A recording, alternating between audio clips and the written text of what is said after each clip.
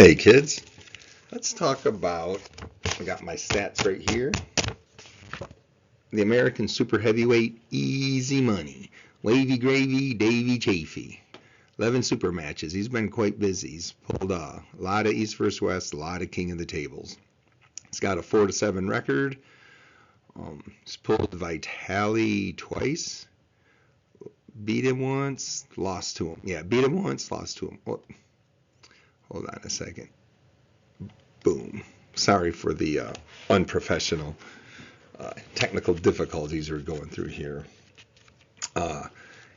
He's got 6 blowouts, won half of them. He's running about 55% blowouts. That's a little lower than what we have been seeing, but maybe as we get more and more specs, we'll see it. But more often than not, there's just a lot more blowout super matches than there are contested ones. Moving on to page 2. All right. Still with me, kids? Okay. All in all, pretty versatile. Pretty versatile top roller. Pretty versatile arm wrestler. Top rolls his favorite move, followed by a press, a hook, one king's move. So he's only got one blemish on an otherwise stellar record, and it was this double king's move. Double kings with cheese. So I think he was kind of desperate or found himself into it. I think that was a frustrating super match for him. What you'll typically see with Davy Chaffee is he opens with a top roll. That's very, very common. Prepare for a top roll opening, then a transition to a press. It doesn't show it in this picture, but he will transition into a press at almost the losing side. He doesn't just use it as his finishing move. He actually does it when he's quite upright. It's fairly impressive. He'll hook. When he hooks, he pretty much stays with the hook from the beginning to the end.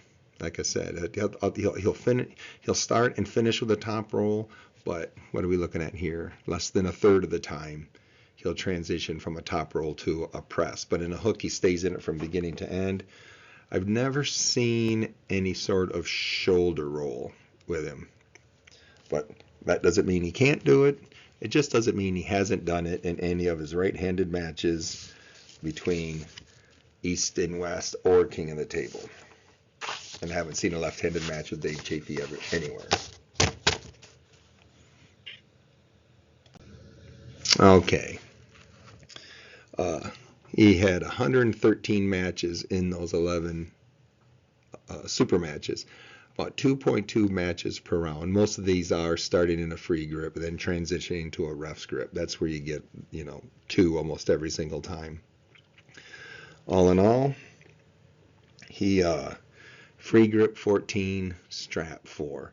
So 28, but he's got well over 90 referees grip in the straps.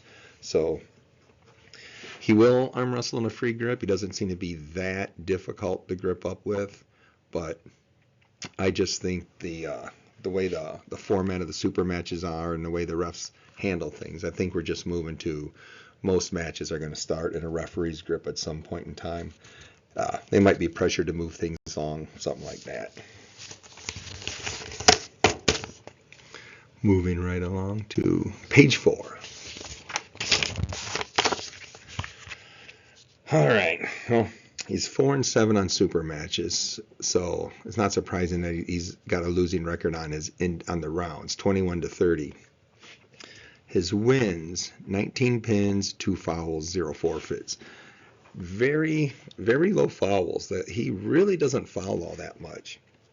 That tends to indicate a very calm, not super explosive arm wrestler, but a very calm thinking, deliberate arm wrestler. His losses: 25. 25 for pins, 4 fouls. So again, very, very few fouls. He's he controls himself, that's for sure. 1 forfeit. That was one of those. They're supposed to pull 6 rounds. I think it was a blow. I can't remember who it was right out there. I got it all in the spreadsheet, but I can't remember off the top of my head right now. Okay, near side matches. This is the side where you'll get the buckle. Right now, he's on the near side. His hand is near the ref. 9 to 14, far side 12 to 15. Little bias on the table, but not too much. What you'll see right off the bat is, let's jump down to these no strap rounds. This is a weak point for him. Pulling outside the straps is a weak point. He's 1 to 7 on either side, so he's far more likely to lose without the strap than he is to win. Once you put the straps on him, his fortunes change. Okay, all of a sudden he's got a winning record on both. If he's on the near side again, he's about 50-50. On the far side with the strap without the buckle, a little more than, let's see, what is 11 today?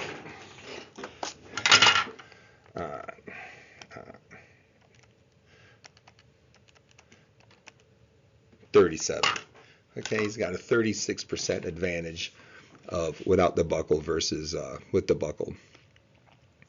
So definitely straps are a stronger point for him. Weak points are no straps. Another weak point is ready go. He is not going to get confused with any of the faster pullers out there. He won 11 ready goes, lost 34 of them. So he's losing off go 3 to 1. 51 of them he couldn't really tie. This is typically when two top rollers hit it and they kind of stall. But his flash pins are a strong point. This is pretty amazing. There are several matches where he will lose ready go and then flash pin the opponent. So not super fast, all kinds of power. I think of it as a car versus a tractor in a tug of war contest. The car takes off first. Tractor Dave comes in and pulls him across the finish line. It's pretty impressive to see somebody flash pin from the losing side.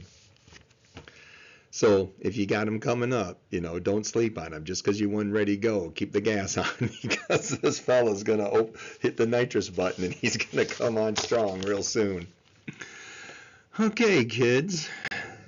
As always, call your mama. If you can't call your mama, I'm sorry for you. This is me and my mom. For those of you who can no longer call your mom, tell somebody you love them, or at least tell somebody they are loved. Thanks. All right. Bonus material here. I don't know if you've all noticed, but once you've had a certain enough birthdays, it seems nobody ever asks you what your favorite dinosaur is anymore. It's like they don't even care. Well, I'm sharing mine. Mine is Triceratops. I love these animals. I always thought they were cool. When I was 5, Stegosaurus down here, he was my favorite arm wrestler, but like I said, once I passed the age of 5, I got mature enough to realize that the Triceratops is the far more preferred dinosaur. Still hard to believe these things are reptiles. To me, they look like they should be cousins to a rhinoceros, not an alligator. They're plant eaters, so should be delicious. They should taste way better than turtles. I'm not exactly a connoisseur of turtles. I've always had a good enough job that I never had to eat a turtle, but if I had to choose between eating a Triceratops, which is grazing out on the savannah, or eating a turtle, which is grazing in the muck and the slime of a pond, I'm picking my Triceratops.